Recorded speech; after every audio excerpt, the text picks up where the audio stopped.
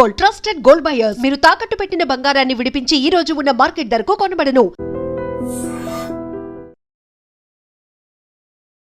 Hi, hello, నమస్తే, welcome back to our channel. నేను మీ వైషు. దేవుడు కల్లోకి వచ్చాడు.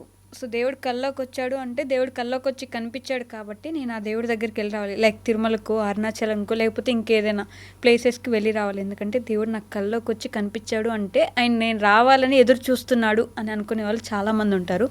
ఆ నమ్మకం ఎంతవరకు నిజం? అంటే దేవుడు కనిపించాడంటే మనం వెళ్ళాలని ఆయన పిలుస్తున్నట్ట? ఈ విషయం గురించి మాట్లాడడానికి ఈరోజు నాతో పాటు డాక్టర్ హరీష్ తెనేటి గారు ఉన్నారు. సార్తో మాట్లాడదాం. హలో సార్, నమస్తే. నమస్తే. ఎలా ఉన్నారు? బాగున్నాను. సో దేవుడు మనకు కనిపించాడు అంటే అది కూడా కల్లో కనిపించాడు, తెల్లవారుజామున కల్లో కనిపించాడు. ఇలా నాకు కల్లో కనిపించాడు అంటే ఆయన నన్ను రమ్మని పిలుస్తున్నట్టున్నాడు, నా కోసం ఎదురు చూస్తున్నాడు స్వామి, నేను వెళ్ళేసి వస్తాను అని చాలామంది చెప్తుంటారు. దేవుడు కనిపించడానికి అదే కారణం అంటారు? అంటే ఆయన మనల్ని పిలుస్తున్నట్ట? ఆల్ స్పిరిచువల్ ఫోర్సెస్ అండి. అంటే ఎనీ కైండ్ ఆఫ్ డైటీ, భగవత్ స్వరూపం ఏదైనా సరే, అందుకే మనకి 3 అవస్థలలో భగవంతుడి ప్రేరేపణ వస్తుంది. అది రమ్మని పిలవడమా, తర్వాత ఏంటి డెసిషన్ ఆఫ్ లైఫ్ అనే దానికోసమా అన్నది చెప్తా. ముందైతే అసలు భగవంతుడు మన లైఫ్లోకి ప్రేరేపణ చెయ్యడానికి 3 రకాలుగానే వస్తాడు. జాగ్రత్త, స్వప్న, సుషుప్తి. ఈ 3 అవస్థలలోనూ, అందుకే 3 జగత్తుల్లోనూ వెలిగేది ఆయనే అంటారు. సో ఎప్పుడైతే మన క్రేవింగ్ నిజంగా కూడా భగవంతుడి యొక్క సృష్టిలో ఆ యూనివర్సల్ ఫోర్స్ ఈ 3 ఫార్మాట్స్లో మనకి కనిపించినప్పుడే నిజంగా సాక్షాత్కారం వస్తుంది. రియల్ లైఫ్లోనూ భగవంతుడే, నిద్రలోనూ కలల్లోనూ అదే, డీప్ స్లీప్లో వెళ్ళినప్పుడు కూడా ఆ యొక్క స్వరూపమే కనిపిస్తూ ఉండడమే సాక్షాత్కారానికి ఛాన్స్ తొందరగా ఉంటుంది అంటారు. అయితే ఎప్పుడైనా కలలోకి వచ్చి చెప్పినప్పుడు there are so many factors. Just రమ్మనే కాదు, సో మెనీ ఫ్యాక్టర్స్. లైఫ్లో డెసిషన్ చేసుకోవడానికైనా, లేకపోతే ఏ భగవంతుడైతే కనిపించాడో ఆయన రిప్రజెంట్ చేస్తున్న ఫోర్స్, సరస్వతీదేవి నాలెడ్జ్కి, లేకపోతే హనుమాన్ పవర్కి, స్ట్రెంగ్త్కి, ఓకే, అట్లాగా బ్రహ్మదేవుడు or some kind of Shiva, Venkateswara Swamy, ఇలా ఎవరు తీసుకున్నా వాళ్ళ శక్తిని తగ్గట్టుగా దాన్ని ఇంటర్ప్రిట్ చేసుకోవాలి. థర్డ్ వెరీ ఇంపార్టెంట్ పాయింట్, ఎప్పుడైనా ఇష్టదేవతగా ఎవరన్నా కనిపిస్తున్నారు అంటే చాలా మటుకు రమ్మని, చూడమని అర్థం వస్తుంది. ఇష్టదైవముగా తీసుకున్నవాడు. కొంతమందికి సర్పాలు రావడము, లేకపోతే కొన్ని థ్రెటనింగ్ ఫోర్సెస్లో దేవుడు కొడుతున్నట్టు, ఓకే, మందలిస్తున్నట్టు వస్తుంది. సో డెసిషన్ మేకింగ్ కోసం అవి చేంజెస్ అన్నమాట. ఇది మనం రియల్గా ఎక్కువసేపు భగవంతుడితో ఉన్నట్టుగా, మాట్లాడుతున్నట్టుగా రియల్ లైఫ్లో అనుకుంటూ ఉంటే సడన్గా అది కలల రూపంలో రావడం ఈజ్ న్యాచురల్. ఎప్పుడో జరిగిపోయింది. ఇప్పుడు ఈ మధ్యలో అసలు నేను అనుకోలేదు, కానీ సడన్గా నాకు ఎందుకు అలాంటిది వచ్చిందంటే మన మైండ్లో ఉండే డీప్ పొరల్లో ఎక్కడో ఆ థాట్స్ ఉండిపోయి అవి బయటకు వస్తాయి. It is a natural mechanism. వాటికి ఎక్కువగా వరి అవ్వాల్సిన పని లేదు. కాకపోతే రెగ్యులర్గా వస్తున్నాయి, అవే విషయాలు రెగ్యులర్గా కనిపిస్తున్నాయి అంటే కొంత దాని గురించి ఆలోచించాల్సిన అవసరం ఉంది. దీనికి డ్రీమ్ అనాలిసిస్ అని, నిద్ర లోపల, కల లోపల వచ్చే ఏదైనా సన్నివేశాలు మన లోపల ఎమోషనల్ స్ట్రెంగ్త్కి, ఎమోషనల్ స్ట్రక్చర్కి, డెసిషన్ మేకింగ్కి, తర్వాత భగవంతుడికి దగ్గర చేరడానికి కావాల్సిన కొన్ని క్లూస్ వదిలి వెళ్తారు. రెగ్యులర్గా వస్తున్న వాటిని అబ్జర్వ్ చేయాలి. ఓకే, ఎప్పుడైనా సడన్గా వచ్చింది, out of so many things బయటకు వస్తాయి. ఈ మన లైఫ్లోకి భగవంతుడి యొక్క శక్తి వచ్చి మన డైరెక్షన్ మార్చడానికి స్వప్నావస్థ is easiest way to enter అంటారు. అండ్ అన్నీ కూడా స్వప్నములా చూడగలిగితేనే, అంటే అంత క్లియర్ పిక్చర్గా చూడగలిగితేనే భగవంతుని తొందరగా అర్థం చేసుకోగలుగుతాం. అందుకే you have to sleep on it అంటారు. చదివి చదివి చదివి చదివి చదివి అన్ని రకాల మేజర్ సాల్వ్ అయిన ప్రాబ్లమ్స్ అన్నీ కూడా అలా నిద్రలో వచ్చినవే. బెంజీన్ స్ట్రక్చర్ ఫర్ కెక్యూల్, ఓకే, అలా నిద్రలో వచ్చిందే. అలా ఎంతోమందికి అలా ఒక డీప్ మెడిటేటివ్ స్టేట్లోకి వెళ్ళినప్పుడే భగవంతుడి యొక్క ప్రేరేపణ వస్తుంది అంటారు. Okay, deep meditative state, when you are on the problem ఆ ప్రాబ్లంకి సమాధానం అలా వస్తుంది అంటారు. శ్రీనివాస రామానుజన్ కూడా మా దేవత చెప్తోంది అనేవాడు ఆయన. ఆ ప్రాబ్లంలో అలా నలిగినప్పుడు అలా ఒక రూపంలో చెప్తుంది. దేవత అంటేనే అది the concentrated focus. Okay, focus అంటేనే ఒక చోట ఉండడం. ఇంకా కాన్సన్ట్రేటెడ్గా ఒక దాని మీద మనం నించున్నప్పుడు అక్కడ ఒక దేవత ఆవిష్కరింపబడి ఆ రూపంలో మనకు సమాధానాలు చెప్తుంటారు. ఓకే ఓకే, చాలామందిని థ్రెట్గా తీసుకుని భయం వేస్తుంది, వెళ్ళకపోతే పాపమా పుణ్యమా అని. అంతవరకు వెళ్ళొద్దు అసలు. అంత మౌఢంగా దేవుళ్ళు ఎవరు నిన్ను భయపెట్టించి బతకరు.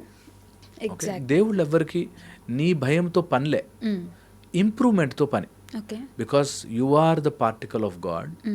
నువ్వు కూడా ఆ తత్వము నుంచే వచ్చావు కాబట్టి నిన్ను ఆ తత్వములోకి తీసుకువెళ్ళడానికి ఏదో రకంగా ప్రేరేపణ వస్తూ ఉంటుంది. మనం ఆ సైన్లు మిస్ చేస్తాం. ఓకే, కానీ మనకు కూడా చాలా మంది దేవుడి మీద భయం ఉండాలి అని చెప్తూ ఉంటారు.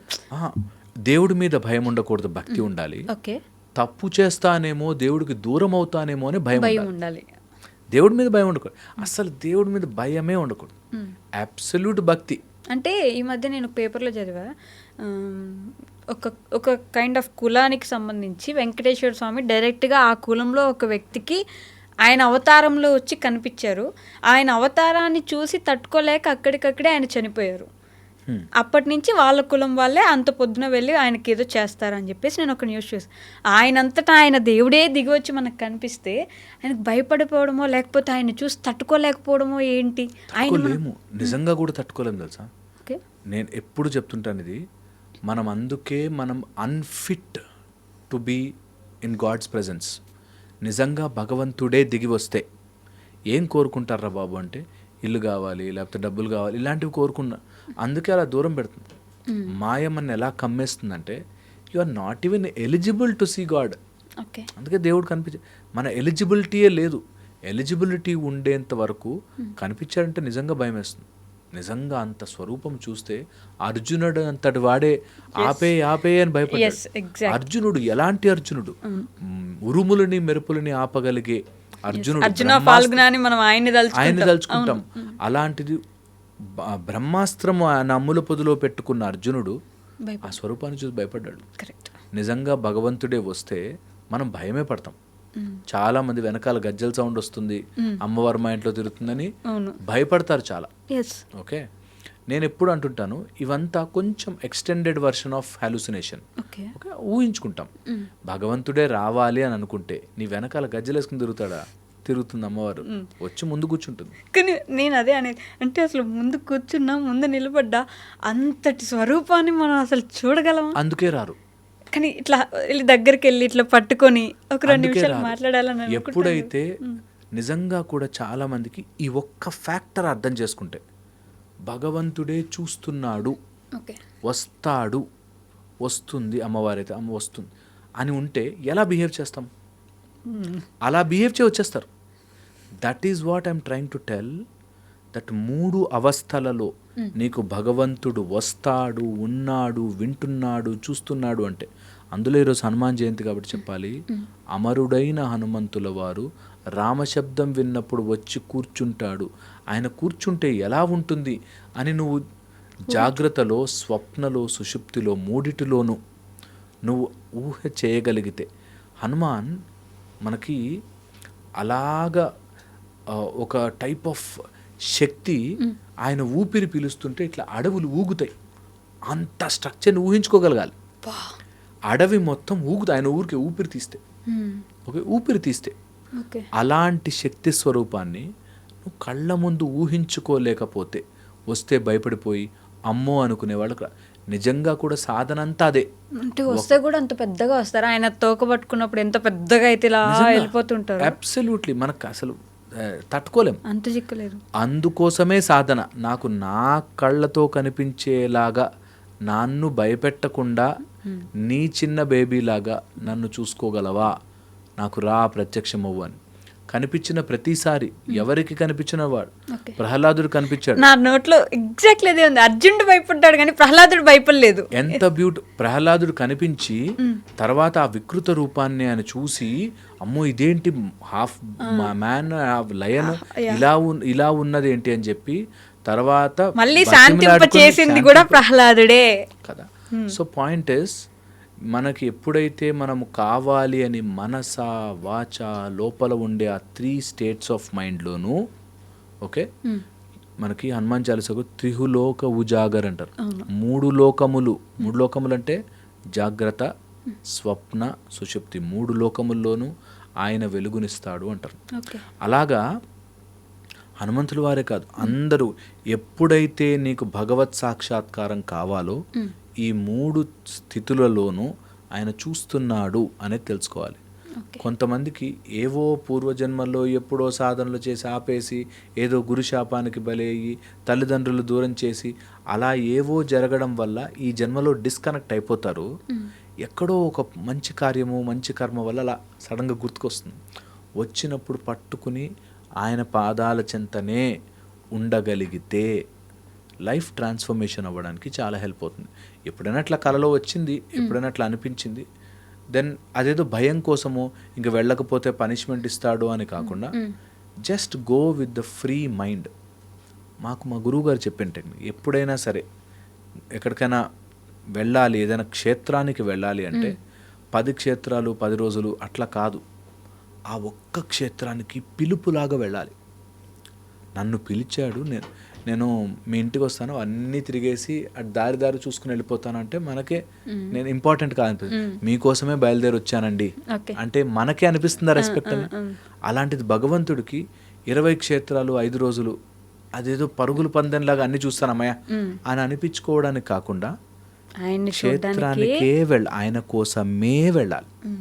అదే సినిమాలో కూడా, అమ్మవారి సినిమాలో అమ్మవారి దగ్గరికి వెళ్ళి, నేను రేపు తిరుమలకి వెళ్తున్నాను, సో ఈరోజు మా ఇంటి దైవం కాబట్టి నేను చూసేసి వెళ్ళాలంట, అందుకే నీ దగ్గరకు వచ్చాను నేను, నువ్వు తిరుమల వెళ్ళడానికి నా దగ్గరకు వచ్చి చూస్తావని అమ్మవారు వచ్చి చెప్తారనమాట. దాంట్లో పాయింట్ ఏంటంటే, ఎప్పుడైతే మనము ఒక దేవత యొక్క అనుగ్రహము కోసము స్పెషల్గా వెళతామో ఆ దేవత వింటాడు.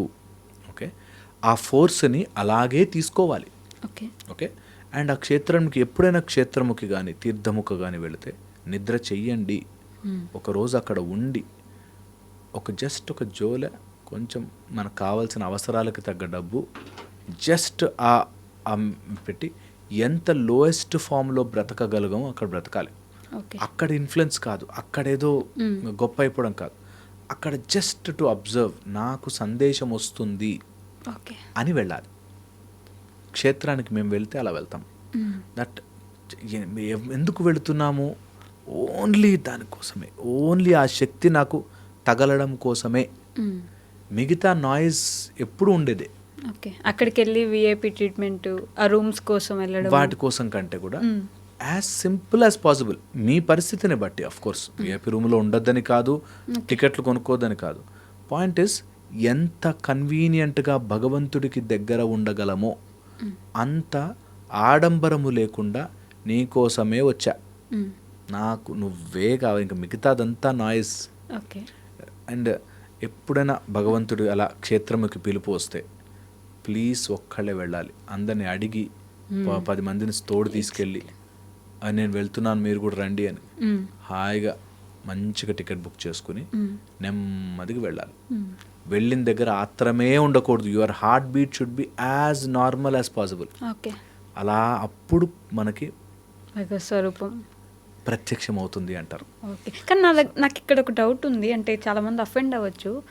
మనం ఆయన మీద ప్రేమతోటో ఆయన పిలిచాడనో వెళ్తాము, నార్మల్గా టోకెన్ తీసుకొని 24 గంటలో 18 గంటలో నిలబడి అలా వెళ్తాం. విఐపి దర్శనం తీసుకున్న వాళ్ళు మొదటి గడప దగ్గరికి వెళ్ళి స్వామిని చూసి ఒక అరగంట స్వామి గారి దగ్గర కూర్చొని ఇలా వెళ్ళిన వాళ్ళు ఇలా 2 minutesలో ఇలా తోసేస్తారు. అక్కడ చాలాసేపు కష్టపడేది.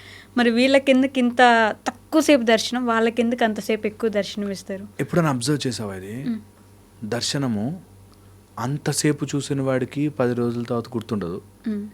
ఆ ఒక్క క్షణం చూసిన వాడికి అలా నిలబడిపోతుంది. ఆ ఇష్టమే, యాత్ర ఇట్ సెల్ఫ్ ఈజ్ ఆ ఇష్టమే. జస్ట్ దట్ కనెక్షన్, దాని మీద ఫోకస్ పెట్టాలి.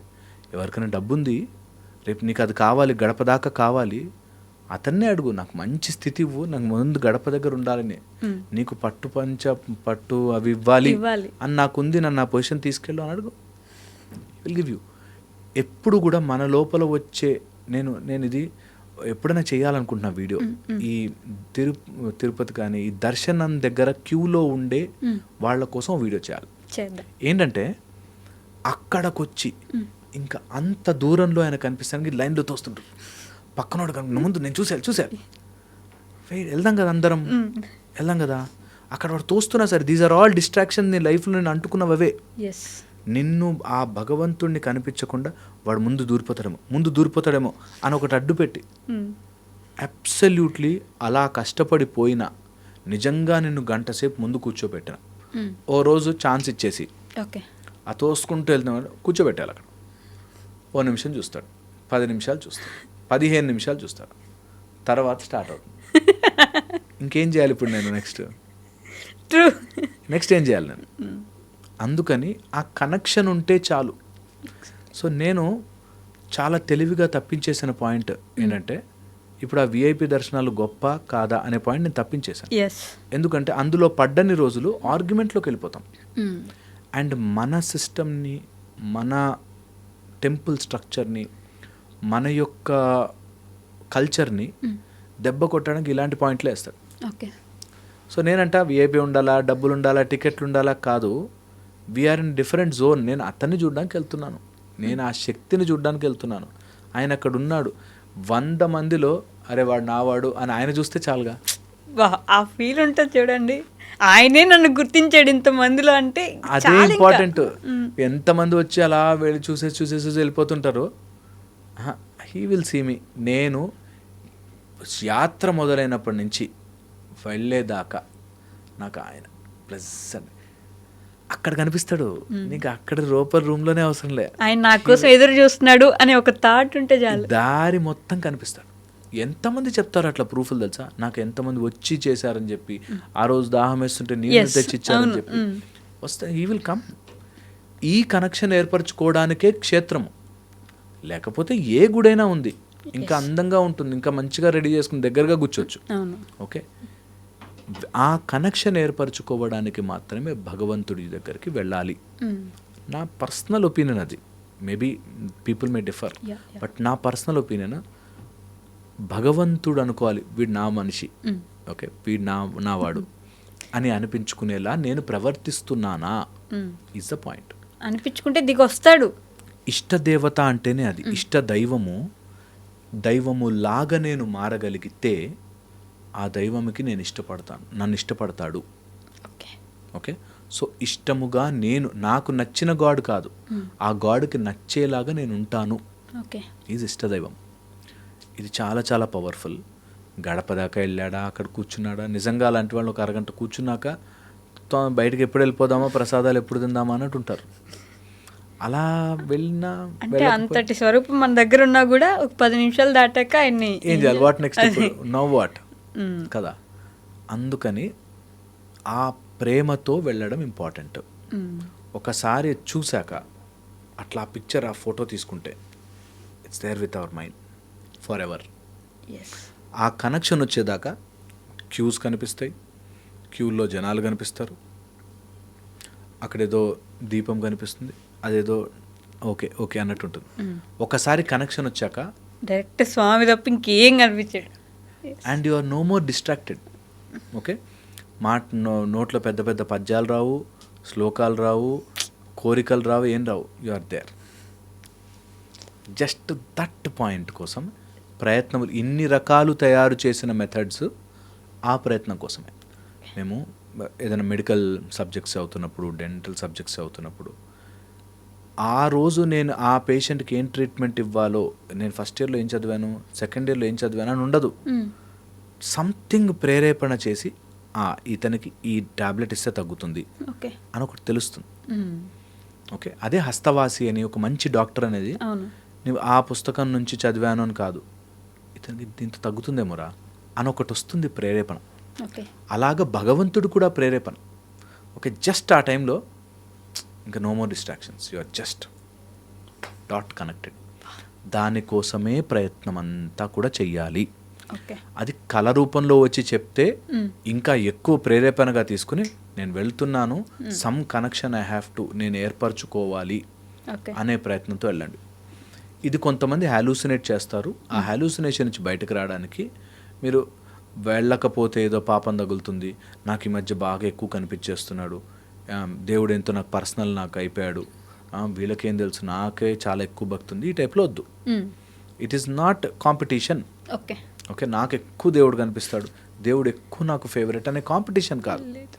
భగవంతుడికి is omnipresent and omnipotent and is there for me అనేది తెలుసుకుని వెళ్ళాలి. ఓకే ఓకే, అదే హెల్ప్ అవుతుంది. Yeah done. Thank you. And for more videos, Please subscribe to iDream channel. Subscribe to iDream Media. Please subscribe to iDream. Please subscribe to iDream. Please subscribe iDream. And please subscribe to iDream. For more videos, subscribe to iDream. please like, share, and subscribe to the channel. Congratulations, iDream. Subscribe to iDream. Subscribe to iDream. So, subscribe to iDream Media. iDream ki iDream team andarki huge congratulations. Please subscribe iDream Media. Please subscribe to iDream. Subscribe iDream. Please subscribe to iDream. iDream అంటే నా కళల channel subscribe చేసుకున్న నోరు తిరుగుతలేదు, మీరైతే గంట గుర్తు కొట్టండి. For more such videos, please subscribe to iDream. Subscribe to iDream. Please subscribe to iDream. Please subscribe iDream Media. Please do subscribe to iDream. Please subscribe to iDream Media. For best entertainment and information, please subscribe iDream. And don't forget to subscribe to iDream.